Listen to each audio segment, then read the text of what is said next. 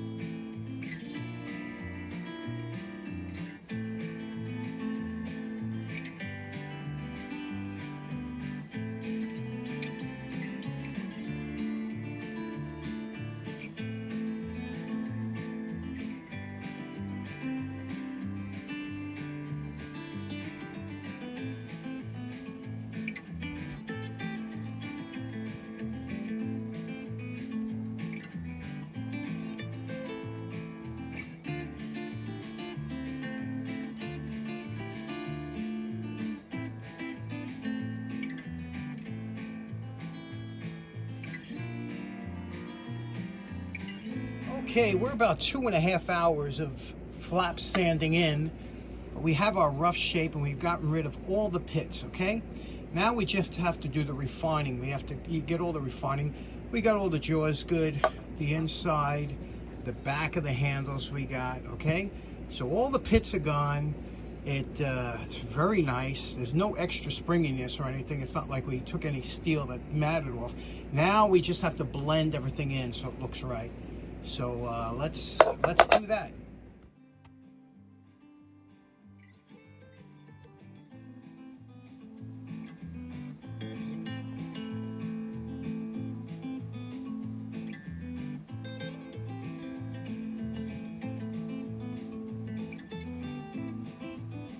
Now, you know my favorite part. Remember what these pliers looked like before we started. And we're calling this project done.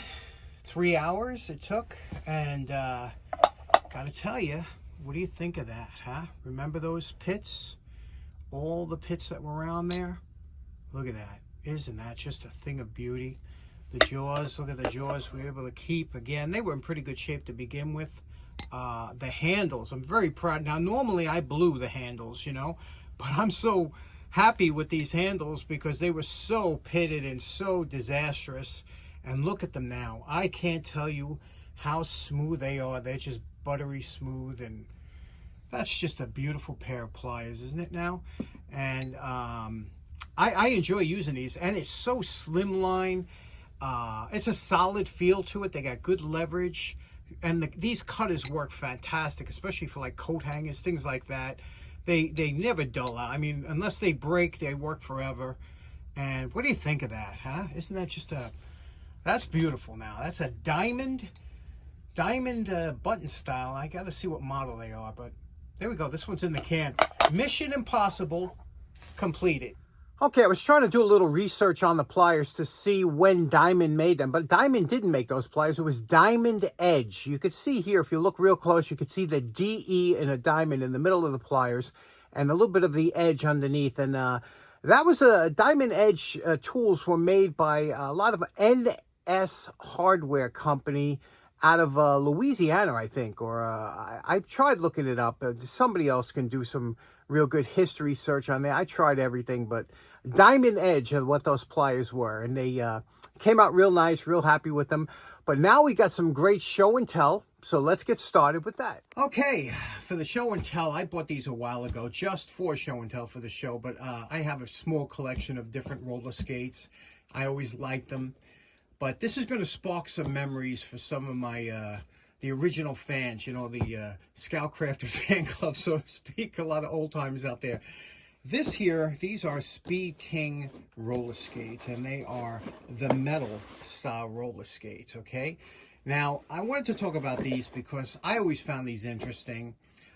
They were really predominant back in the 30s and 40s, and it's starting the 50s, and then by the end of the 50s, they went more to the boot style roller skate, and that lasted until the 80s when they went to rollerblades. But let's talk about these real quick. First of all, what's interesting is you don't usually see them in the box like this. 2 sets.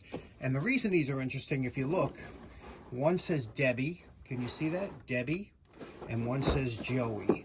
So I'm assuming that this was a brother and sister, and they probably got these for a gift for maybe Christmas, who knows, right? But whoever got them took good care of them, as you could see. Let me open up the boxes. Now you could see, you know, in the old days, kids, if they took care of their stuff, when they were finished with it, they would take it, put it back in the box, put it in the closet or whatever. So you don't see that too often. A lot of times they were thrown or whatever, and they were all left out in the garage. They got all rusted. A little bit of rust on the wheels. So let me take off the rust, and we'll talk about these beautiful skates. Okay, we cleaned them up with a little 50-50, not the regular 50-50. This one was mineral spirits, 50% mineral spirits, 50% automatic transmission fluid. Does a good job of cleaning up. These original skates had a kind of a galvanized coating, or cadmium coating. They weren't the best, but I didn't want to take it to a wire brush. I just did it with some Scotch-Brite to wipe them down. You can see here, this was Hustler Speed King. Speed King was a big company that made a lot of the roller skates, and their red wheels, really nice ball bearing wheels. And if you listen, this is a familiar sound for some of you. the old ball bearing skate wheels, right? And that's where the first time we learned to lubricate bearings was with these, a drop of oil. Also, probably the first time we learned to work with tools, because skates came with what's called a skate key. And the skate key had a few functions on here. This little wrench here would open this up here, this nut here, and that would extend your skate. You can extend it from this length here, where you would tighten it down there, and then you would move this one back to this one locked in. That would be an adult skate right there. That's a big skate. So it was adjustable. They had the leather strap that would go around the ankle. A lot of these are missing after a while. But was interesting is, remember, this is a time in the 30s, 40s, and starting the 50s. Kids wore shoes. They didn't wear sneakers. They wore shoes. And this clip here would clip onto the sole of a shoe. And it was adjustable with this part of the wrench here. You would put on that little square tab, and by screwing this, it would expand and contract these two, which would lock onto your sole. They were quite durable, very noisy on the streets. You could hear these things a mile away, but interesting. And on the bottom, they had over here a hard rubber plug in there that would allow a little bit of movement from left to right to let you go around turns and whatnot. Well designed, well made. Everybody wanted them as kids. That was like on everybody's wish list, and there was millions of these made. I remember when I was younger, my dad took one of these skates and took it apart by pulling it apart, and he put the rear part on the back of a 2x4 and the front part on the front of a 2x4, and made me a crate scooter. And I remember I was the only kid that had a crate scooter back in the 70s. That was a real throwback from years gone by, but I wonder if any of you remember those crate scooters from early days. Let us know in the comments, did you have skates like these? Have you ever seen skates like these? I'm sure the younger guys don't. They probably had the nicer skate, the rollerblades and things like that, but blast from the past, right? Roller skates. So in closing, there's lots of good memories of us strapping on those steel skates with no helmets, no elbow pads, no knee pads, and flying down a driveway or a sidewalk and hitting that hidden stone that we didn't see, and taking flight into the air and landing and tumbling. But you know what? It made us stronger, right? Anything that doesn't kill you makes you stronger. We're paying for it now, though, with all those creaks and moans. What do you think? You remember those kind of skates? Or let us know in the comments what your first skates were. Thanks so much for tuning in. Hope you have a great weekend. We'll see you again on Monday. Take care now. Bye-bye.